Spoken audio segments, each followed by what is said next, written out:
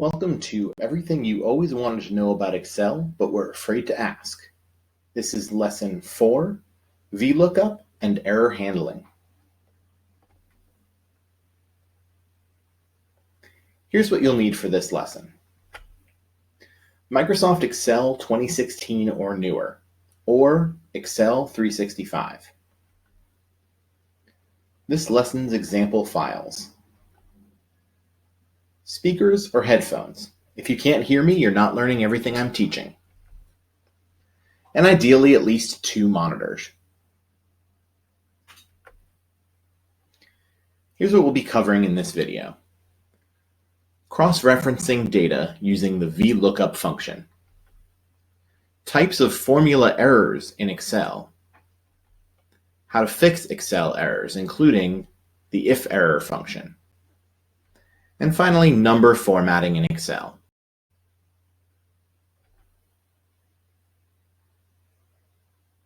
How many times has this happened to you? You have 2 sets of data that are related, but they're in separate files or tabs, and they can't easily be combined. Well, the solution is the Excel VLOOKUP function.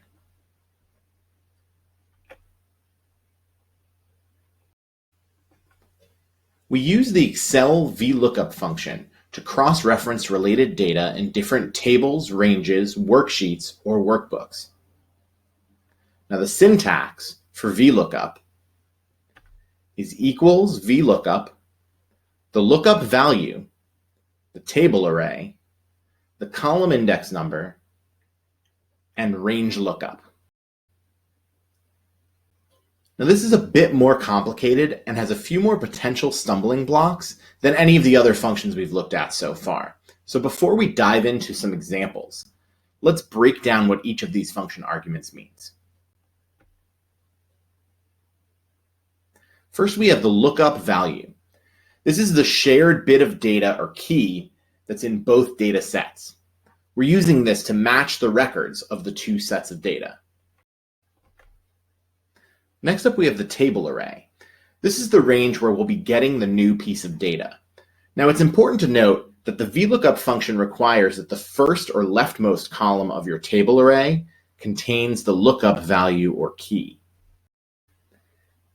Then we have the column index number. This is the number of the column that the new data we're returning resides in. The column number is relative to the table array, and it's a numerical value. It is not the spreadsheet column. So in our example here, the column index number is 2. Finally, range lookup is a true or false value that determines whether you want to enable approximate matches. Approximate matches only work for a very specific type of continuous numerical data. So for purposes of today's lesson, we will only be dealing with range lookup equals false. Now in a future lesson, we'll revisit VLOOKUP and we'll deal with other scenarios. VLOOKUP is one of the most important and useful functions you'll learn throughout this course.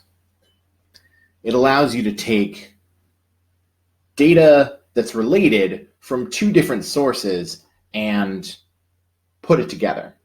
So here we have an example where we have a phone list and then a separate email list. And we want the people on this phone list, we want to know their emails.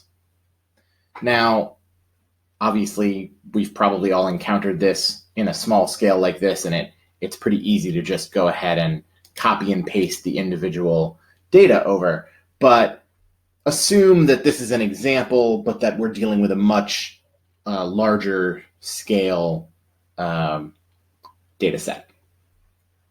So what we do here is we use the VLOOKUP function to copy this data over, to pull the data from the second set over into the first set.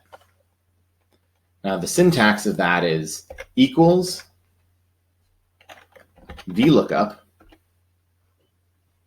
the lookup value, So that's the value we're using to match the two data sets. In this case, that's the first name.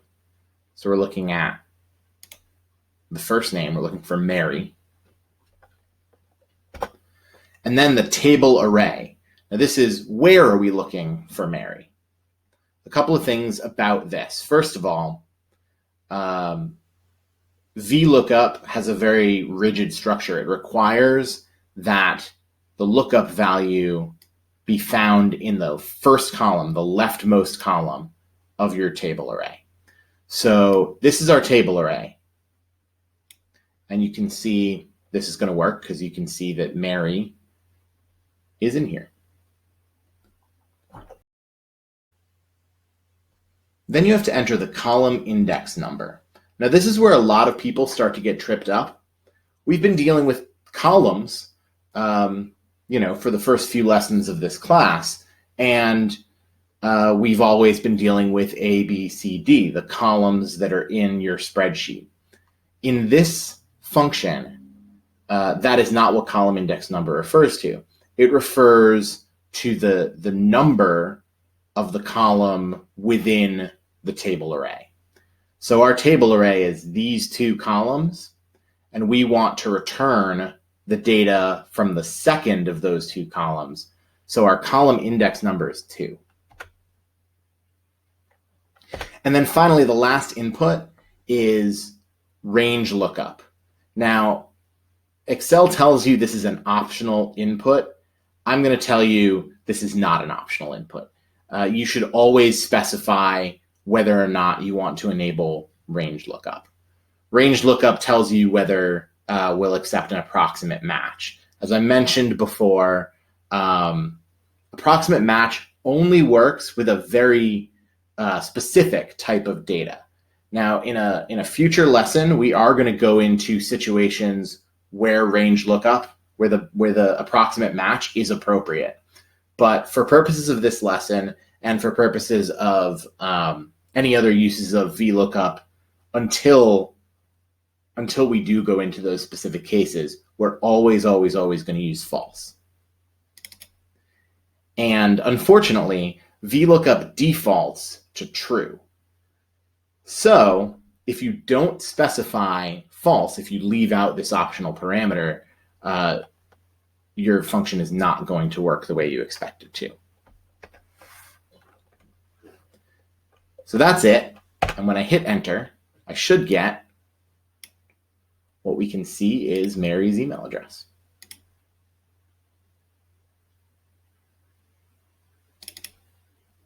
And as I copy this down, you can see there's a couple errors down here. We're going to talk about those a little bit more in a minute, but this error outlines another one of the pitfalls of VLOOKUP, another area where you have to be a little bit careful, because you can see Tyler is in here. And the reason that caused an error is because I forgot to make my table array an absolute reference. So we're going to go back and fix that really quickly.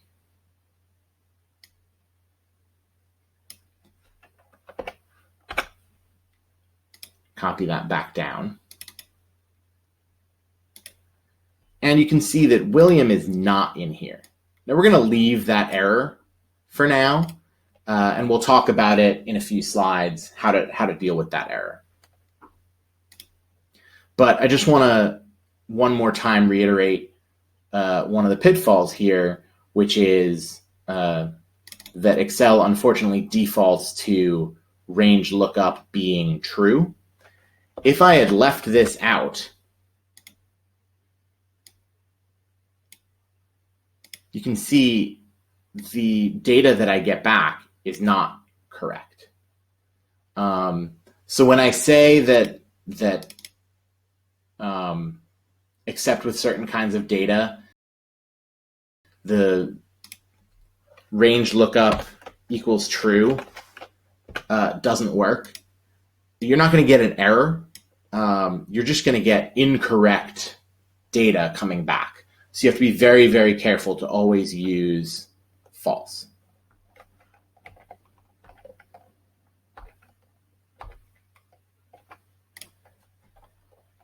We're going to look at one more example of VLOOKUP here. So I mentioned on the previous slide that VLOOKUP can be used to cross-reference data that's in different data sets, different worksheets, different workbooks, different areas. And I just want to quickly demonstrate an example where we're working across different worksheets, which is something we have not done before in this course. So I've got my email list here. And again, I've got my first name and email address. In a separate worksheet, which is labeled VLOOKUP2, I have my customer names again and some customer IDs. Now, if I want to pull the customer ID into this list, it's basically the same process as before, but I figured it was worth showing because this is the first time we're going to be referencing data across multiple worksheets. So again, the syntax is exactly the same.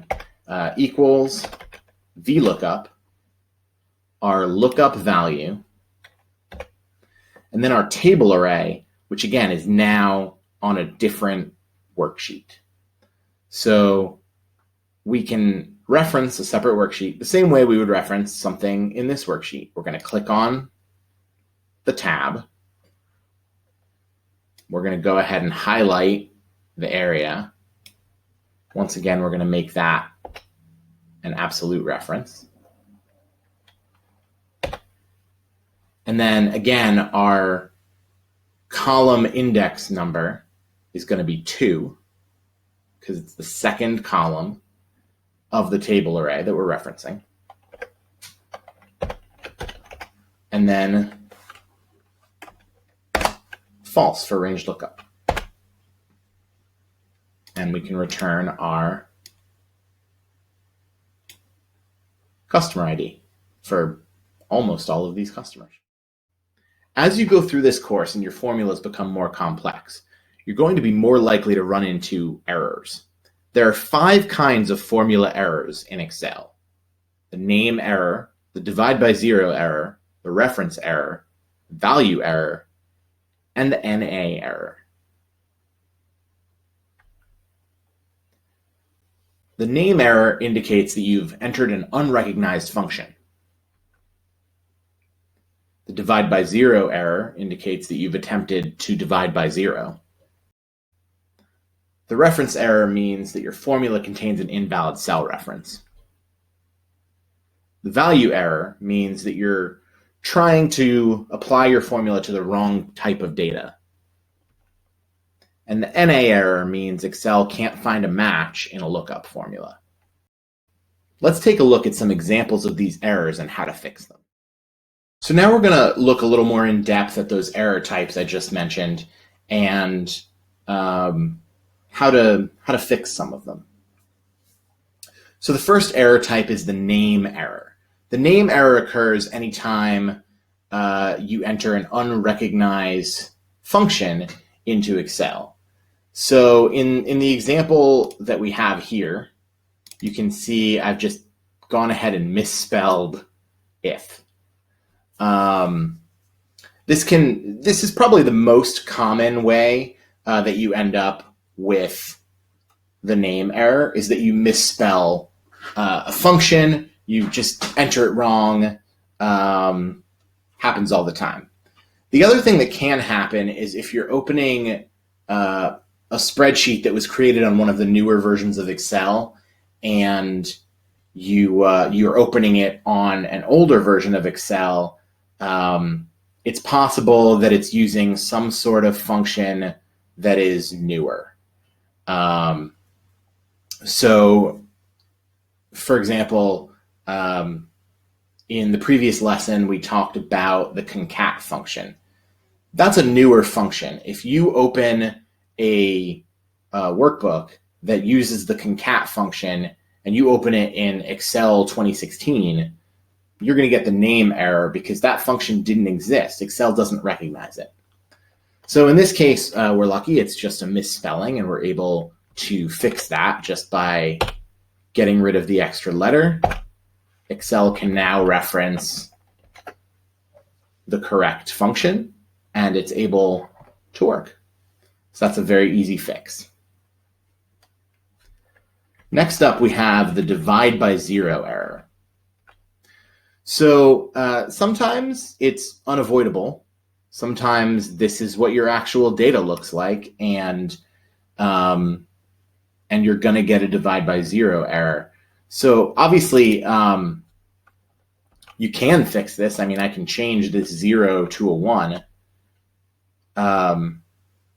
but that's messing with the data, and depending on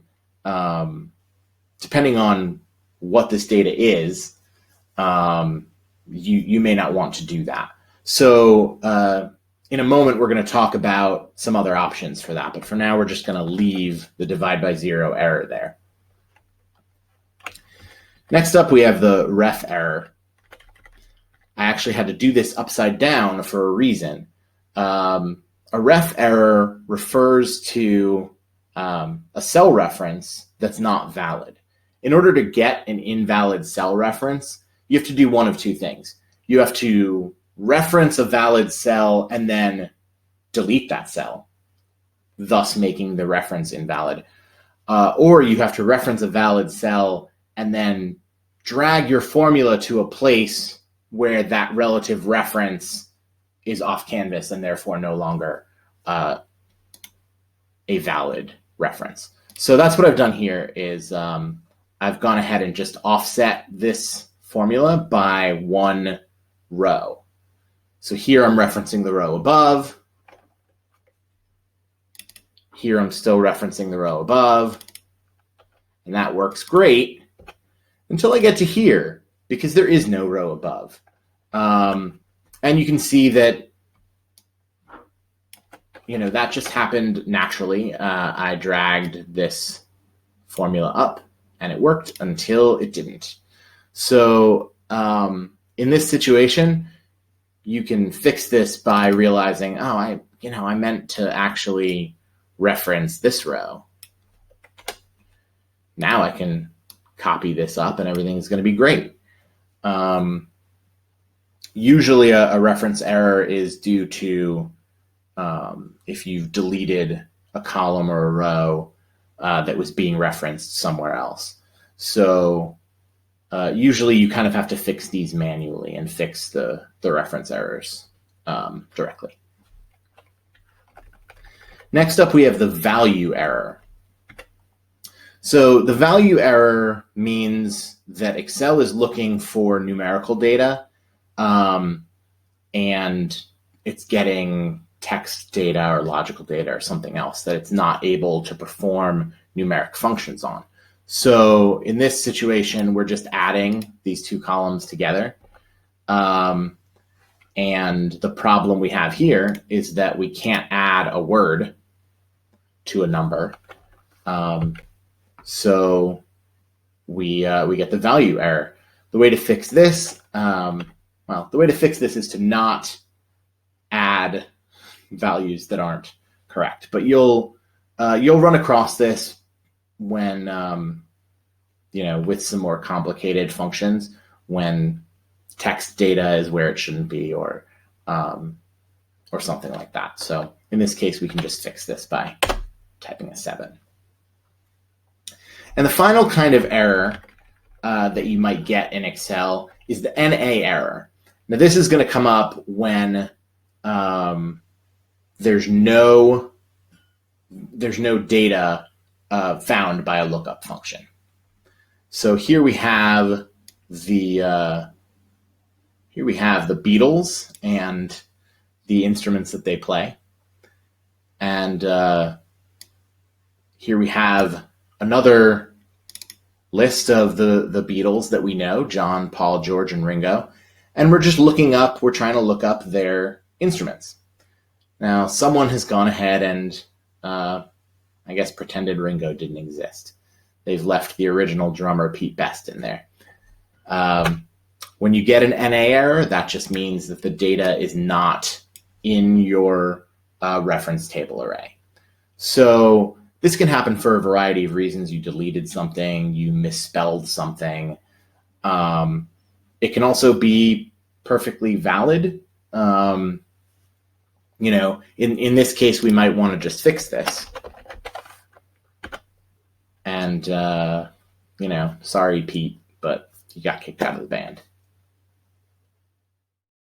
We use the if error function to provide an alternate value for your formula in case of an error.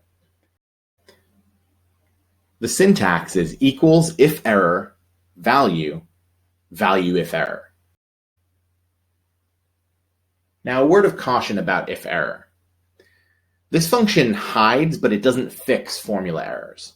So make sure your error is an expected part of your spreadsheet, something that results in a real variance in data and isn't a sign that the underlying formula or function is constructed incorrectly. So to apply the if error function, we're going to go back to our VLOOKUP1 tab here and do this same function, but we're going to provide a backup value so that when we don't find the data we're looking for in our table array for perfectly legitimate reasons, it's just not there. We have something in there that's not an error to show. So the way we do this is actually just to be most simple. We enter the if error function, and there's two arguments for the if error function. There's your value and your value if error. Now, what I like to do is start off with my base underlying function. So here we're still trying to do a VLOOKUP function.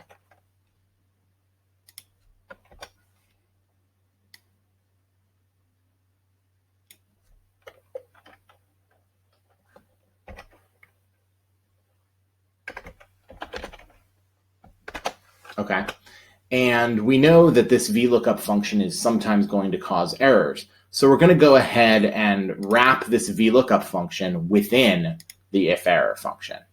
So basically, this VLOOKUP is the value input into if error.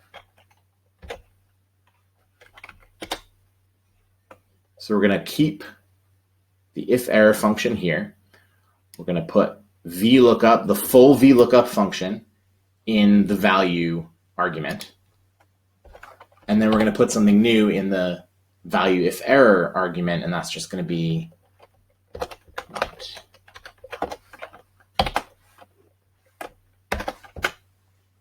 and then we're going to drag this down. Now, I mentioned a few moments ago that one of the pitfalls with the if error function is that it hides your error, it doesn't fix your error. And so that's why I've gone ahead and made a mistake here. I've used, again, a relative reference for my table array rather than an absolute one. And you can see that this has caused a problem because, once again, we haven't been able to find Tyler's email address. The problem is, because it's not bringing up an error like it was before, it's more likely to go unnoticed. You've made a mistake here, but probably it's going to be overlooked because this is a lot more attractive in a spreadsheet than this is. So we have to be very careful to make sure our underlying function is completely sound and that the error that we're trying to hide is expected. It's based on a perfectly valid function. It's just due to the variance in your data or some other expected reason. So we're going to fix that.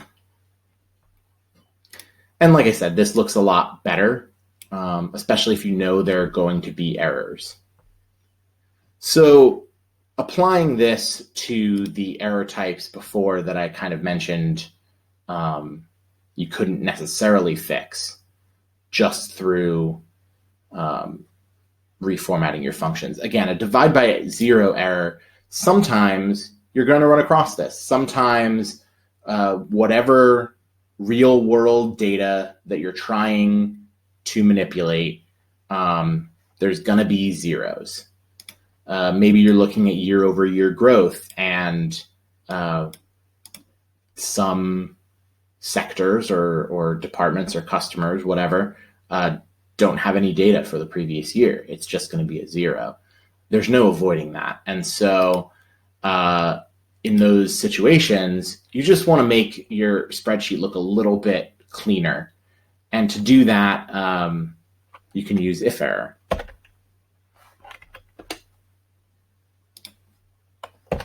So in this case, you might say,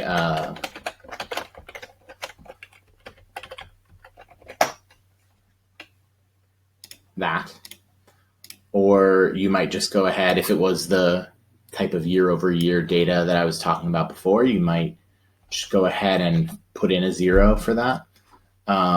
Whatever makes the most sense for your particular need or application.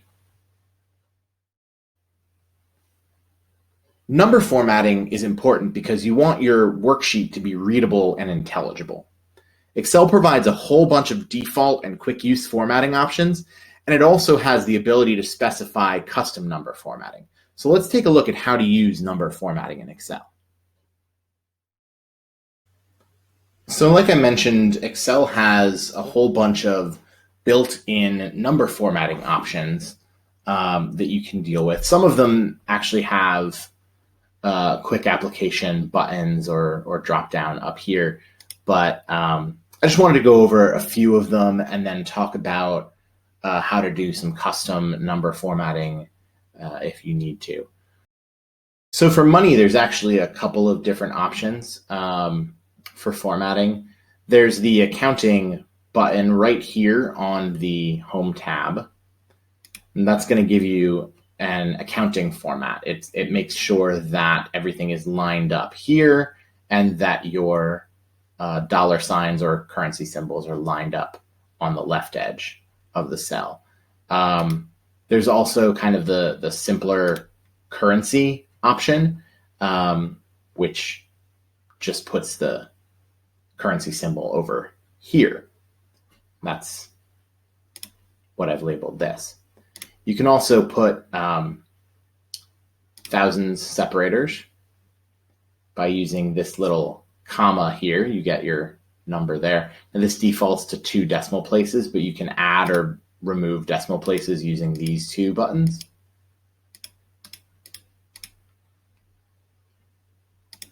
There's also a quick key for the percentage formatting. And again, you may want to add or remove additional decimal places here if you're formatting something as a percentage. Zip codes are a particularly fraught thing for people like myself who live in New England. Our postal codes all start with zeros. And so Excel drops that zero. I type in my old postal code, and there's no way to get it to respect that. And so what we have to do is go into the number formatting, the little more number formats here.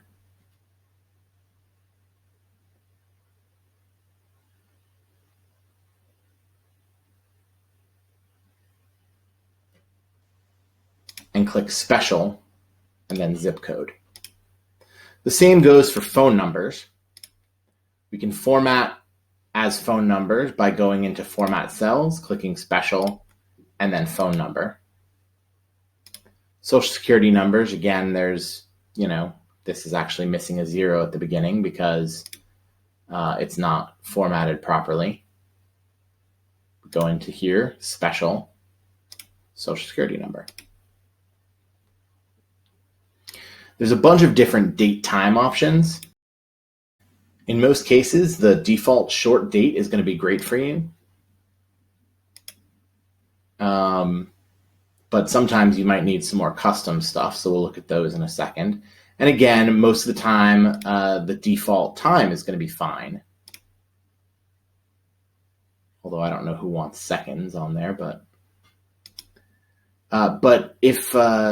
if any other kind of date or time is what you're looking for, you can always go in and look at the different date and time options here. We're looking for month name, and there don't happen to be month name as an option, so we can actually click custom and type a custom format string. So M is the month, and if you type 1M, you'll see up here the sample will tell you it's just going to show a 2. If you type 2Ms, it's going to show 02. If you type 3Ms, it's going to show the abbreviation for the month. And if you type 4, it's going to show the full month name. So that's what we're doing there. The same holds true of the name of the weekday. So you can go ahead and go into custom and enter a custom format string because the date here, February 10th, the day already has 2 digits. So it's always going to be 10. It doesn't need that leading 0. So 1D or 2D is going to get you the same thing. 3 gets you the day abbreviation, and 4 gets you the full name of the day. For date and time, there are actually some options up in date that give you both the date and the time.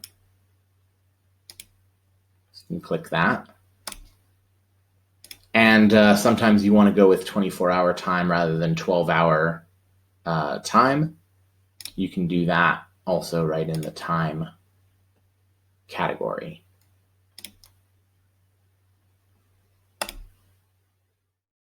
Let's review what we learned in this lesson. We learned how to cross-reference data using the VLOOKUP function. We looked at different types of formula errors that can be caused in Excel, including the name error, divide by 0, reference, value, and NA errors. And we also looked at how to fix Excel errors, including the if-error function.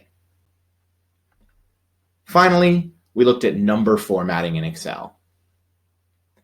That's it for this lesson. Please join us next time.